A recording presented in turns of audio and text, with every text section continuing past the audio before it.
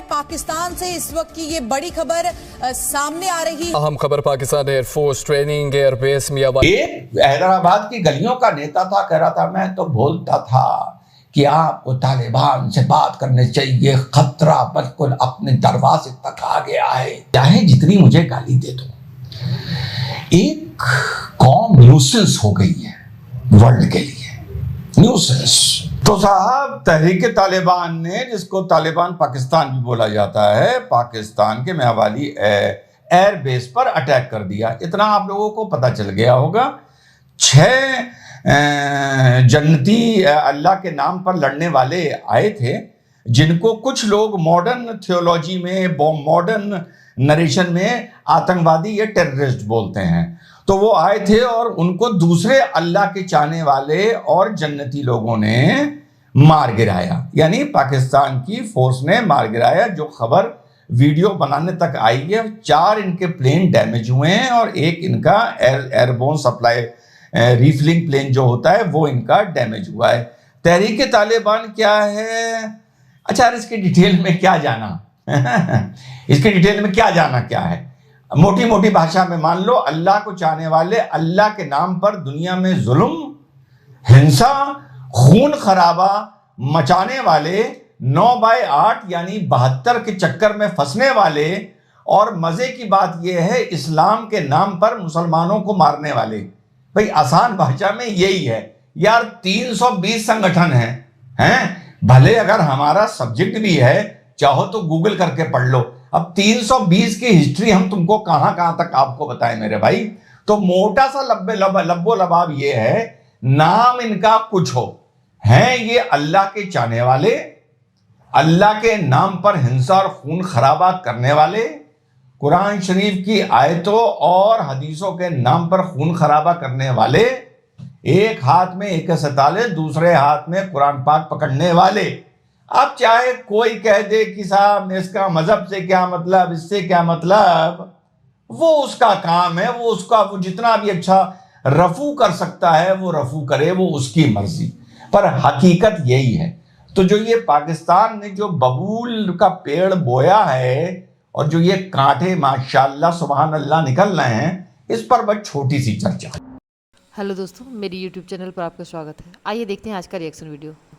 Hello नमस्कार, सत श्री अकाल, अस्सलाम वालेकुम। कैसे हैं जनाब? तो साहब लगभग 17 लाख सुन्नी मुसलमान 2 सुन्नी इस्लामिक मुल्कों के बीच में, यानी अफगानिस्तान और पाकिस्तान के बीच में, जो दोनों सच्चा इस्लामी मुल्क होने का दावा करते हैं और दम भरते हैं, उसके बीच में ये 1.7 मिलियन यानी 17 लाख सुन्नी मुसलमान फुटबॉल बने हुए हैं, इधर उधर से इधर और इधर से उधर।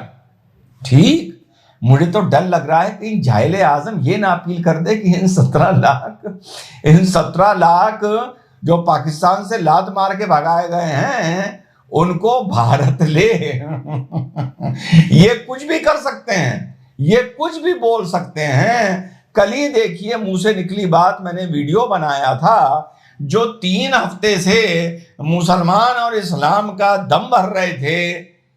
देखो यार, ये जो क्या बोलते हैं काट की हड्डी क्या बोलते हैं, ये ज्यादा देर चढ़ती नहीं है ना। कब तक झूठ पर चलोगे? तुम एक्सपोज होगे। और देखो 3 हफ्ते बीते, 4था हफ्ता शुरू हुआ, जो उधर इस्लाम और मुसलमान के नाम पर मातम करने वाले आज देखो आपस में जूते चला रहे हैं। और तालिबान ने बोला था कि ये गलती मत करना, इन सुन्नी मुसलमानों को हम सुन्नी मुसलमानों के मुल्क में मत भेजना, इनको ठंड में मरने दो वहीं पर बॉर्डरों पर। तो पाकिस्तान ने बोला कि ना हम तो सच्चे सुन्नी मुसलमान हैं, हम तो इनको लात मार के यहां से भगाएंगे।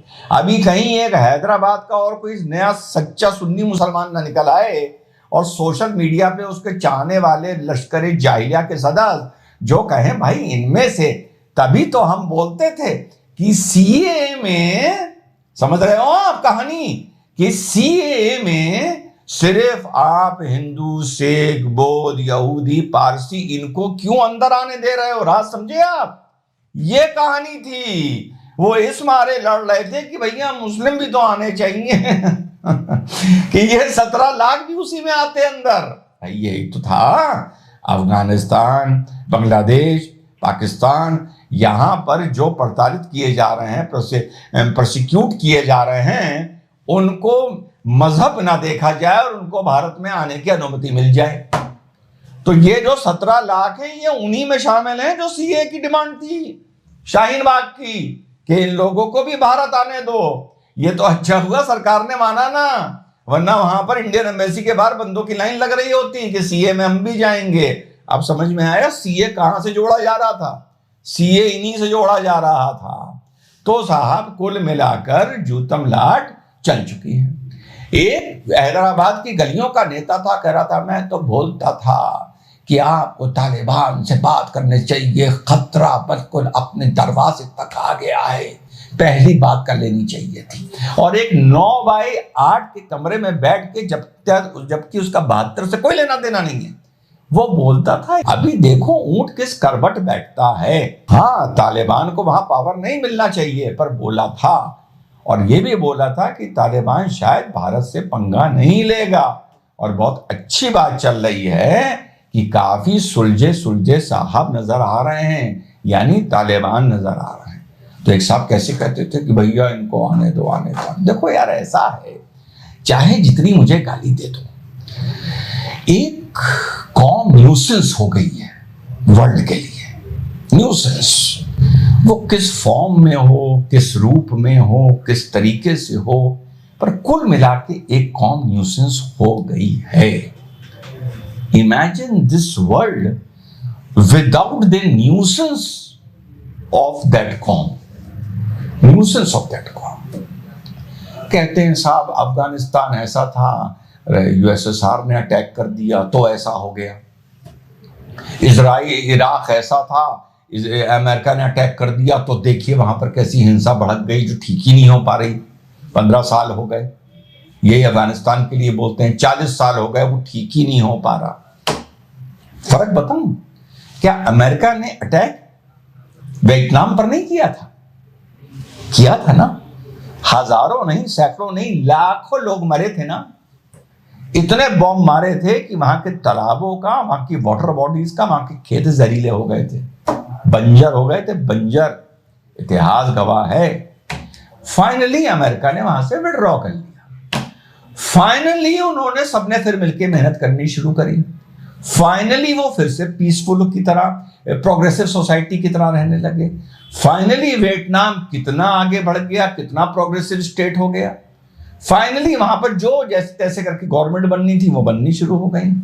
और फाइनली जो अमेरिकन वियतनामीज को आज से लगभग 60 साल पहले दौड़ा दौड़ा के मार रहे थे और बॉम्बिंग कर रहे थे और वो लोग अमेरिकन को मार रहे थे, वहां पे अमेरिकन बैकपैकर जाकर वहां के जंगल्स में कैंपिंग कर रहे हैं और कोई उनको छूने वाला नहीं है। ये भी एक सोसाइटी है। जापान पर 2-2 एटम बम मार दिए, 3 दिन के अंदर 2.5 लाख आदमी मार दिए। 3 दिन के अंदर 2.5 लाख आदमी मार दिए। जापान ने technically speaking in modern history पहली बार सुसाइड बॉम्बिंग शुरू करी। सुसाइड बॉम्बिंग जापान ने शुरू करी, यानी उनमें दम कितना होगा आप समझ लीजिए। ये कंसेप्ट वो लेके आए मॉडर्न हिस्ट्री में, ठीक। और अल्टीमेटली क्या हुआ, वही अमेरिकन वहां जाते हैं, वहां रहते हैं, वहां बिजनेस कर रहे हैं, वो कंट्री तरक्की कर रहा है। एक भी जापानी ऐसा नहीं पैदा हुआ जिसने अमेरिका में जाके उस घटना को याद करके टेररिज्म किया हो या बॉम्ब ब्लास्ट किया हो। या एक भी जापानीज ऐसा नहीं पैदा हुआ जो एक चीज खत्म होने के बाद, सीजफायर होने के बाद, जिसने अमेरिका से जो आदमी जापान किया हो उसको मारा हो तो मुझे बता दो। नहीं, पर वही चीज अब अफगानिस्तान और इराक और लीबिया के साथ हुई तो साहब खून और बारूद की खुशबू से तो खाना हजम होता है कि नहीं साहब अब हम सेटल नहीं करेंगे। वो किसी तरह सद्दाम और गद्दाफी ने कोड़े लगा लगा के हमें एक जगह रख रखा था। जब वो मर गए तो हमारी औकात सामने आ गई, हमारी हैसियत सामने आ गई कि हम तो साथ रह ही नहीं सकते थे, हमें तो मरना और मारना ही था। वो तो उन्होंने, हमारे वो बाप थे जो उन्होंने हमें डंडे लगा के एक दायरे में रख रखा था।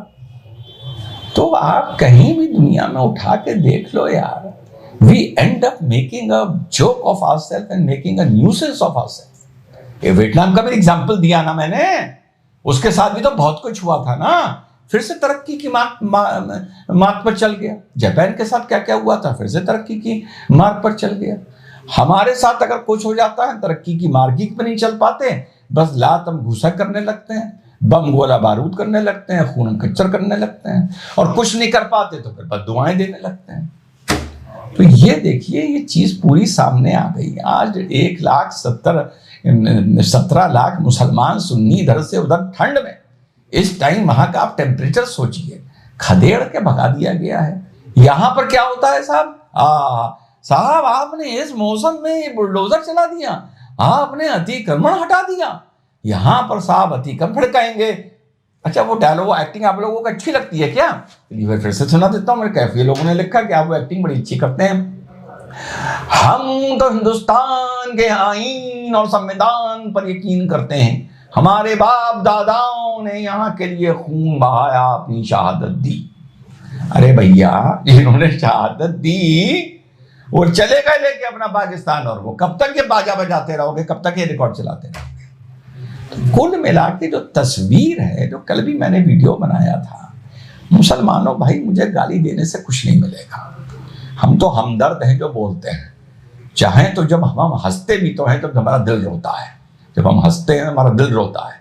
ठीक, सोचो क्या कर रहे हो, कहां सिर्फ और सिर्फ आबादी के दम पर बैठे हो चुपचाप, कोई कंट्रीब्यूशन नहीं है, कोई प्रोग्रेसिव कंट्रीब्यूशन नहीं है, कोई पीसफुल कंट्रीब्यूशन नहीं है, कोई कंपैटिबिलिटी नहीं है, बिल्कुल नहीं है। सिर्फ इस दम पर बैठे हो, कभी यूरोप हमें लेता जाएगा लेता जाएगा लेता जाएगा, फाइनली वहाँ की हम पॉलिटिक्स में स्ट्रांग हो जाएंगे, फाइनली हम उसको टेक ओवर कर लेंगे, फाइनली हम वहाँ पर शरीयत ले आएंगे, फाइनली फिर हम वहाँ पर आपस में जूते चलाएंगे। यही तुम्हारी थ्योरी है, यही तहरीक तालिबान की है। लड़ने चले थे यूएसएसआर से, डिक्लेयर कर दिया कि हम तो पाकिस्तान को भी इस्लामी मुल्क बनाएंगे। अब तुमने जब बबूल बोया है तो आम और फूल कहाँ से मिलेंगे यार? तो ये लब्बो लबाब है, कोई वीडियो का ऐसा कोई कंटेंट नहीं है। It is a very sad and pathetic state of affairs.